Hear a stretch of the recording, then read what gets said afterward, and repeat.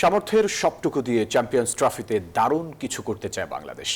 অধিনায়ক শান্ত সাফ জানালেন, বিশ্ব এই আসরে শিরোপা জেতার লক্ষ্যেই খেলবে টাইগাররা। সেই পথে রিশাদের স্পিন ও বোলিং লাইনআপ বড় ভূমিকা পালন করবে বলে আশাবাদী তিনি। মাহমুদুল্লাহ ও মুশফিকের অভিজ্ঞতা দারুণ কাজে লাগবে বলেও মনে করেন শান্ত। এক ফ্রেমে টাইগারদের চ্যাম্পিয়ন্স ট্রফি স্কোয়াড। আনুষ্ঠানিক ফটো সেশনে আত্মবিশ্বাসী লাল সবুজের প্রতিনিধিরা, চেহারায় দৃঢ় প্রত্যয়। এবার বিশ্ব মঞ্চে নতুন ইতিহাস রচনার অপেক্ষায় বাংলাদেশ। সীমাবদ্ধতা আছে, কিন্তু বিশ্বাস হারাতে চায় না টাইগাররা।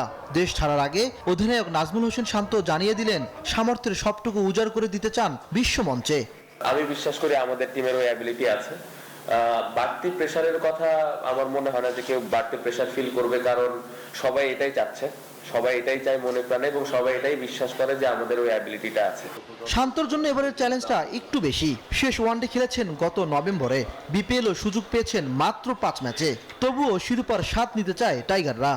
আমরা চ্যাম্পিয়ন হওয়ার লক্ষ্যে যাচ্ছি। ওইখানে প্রচেষ্টা হেল্প করেছেন, এবং পাশাপাশি আমার ফিটনেসটা নিয়েও আমি কাজ করতে পেরেছি। সো বিপিএল এর ওই সময়টা খুব ভালো প্রিপারেশন নিতে পেরেছি।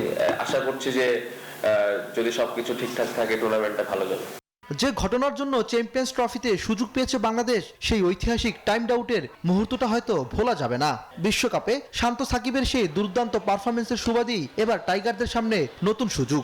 তবে এবার নেই সাকিব, ভরসা করতে হবে নতুনদের উপরেই।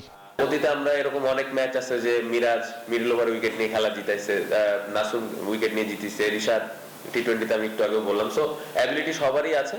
ওই দিনে যে দায়িত্বটা পাবেন এবং ওই দিনটা ওর করে নেওয়াটা খুব ইম্পর্টেন্ট। আগামী 19 ফেব্রুয়ারি মাঠে করাচ্ছে চ্যাম্পিয়ন্স ট্রফি। দুবাই, রাওয়ালপিন্ডি দুই ভেন্যুই চেনা জানা বাংলাদেশের, যেখানে অংশ নিতে বৃহস্পতিবার ঢাকা ছাড়ছে লাল সবুজের প্রতিনিধিরা। ইমরান হোসেন, নিউজ 24, ঢাকা।